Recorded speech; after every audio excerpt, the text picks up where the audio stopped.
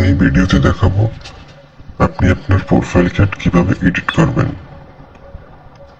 বর্তমান যেরকম আছে এরকম প্রফেশনাল এডিট কিভাবে করবেন। সেম সেটিংয়ে চলে যাবেন, নিচে প্রোফাইল সেকশনে যে এডিট প্রোফাইল আছে ওখানে বাটনে ক্লিক করবেন।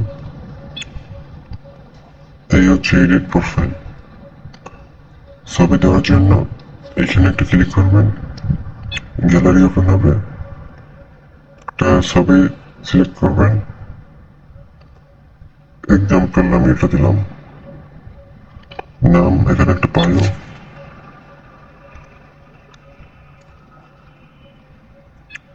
এখানে আপনার ইনস্টাগ্রাম, হোয়াটসঅ্যাপ, টেলিগ্রাম, টিকটকের লিঙ্ক দিতে পারেন। আমি আপাতত ইনস্টাগ্রাম দিলাম আর টেলিগ্রামটাই দিলাম। দেওয়ার পর সেভ প্রোফাইল ক্লিক করবেন। এখানে ছবির সাইজ মানে কত এমবি সেই উপর ডিপেন্ড করে সেভ হবে কত কম।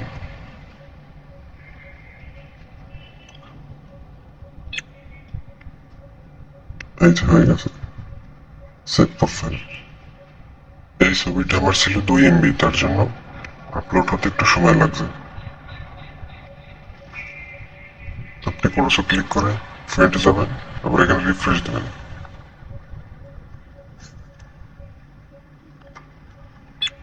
এই যে দেখেন অ্যাড হয়ে গেছে সাথে সাথে।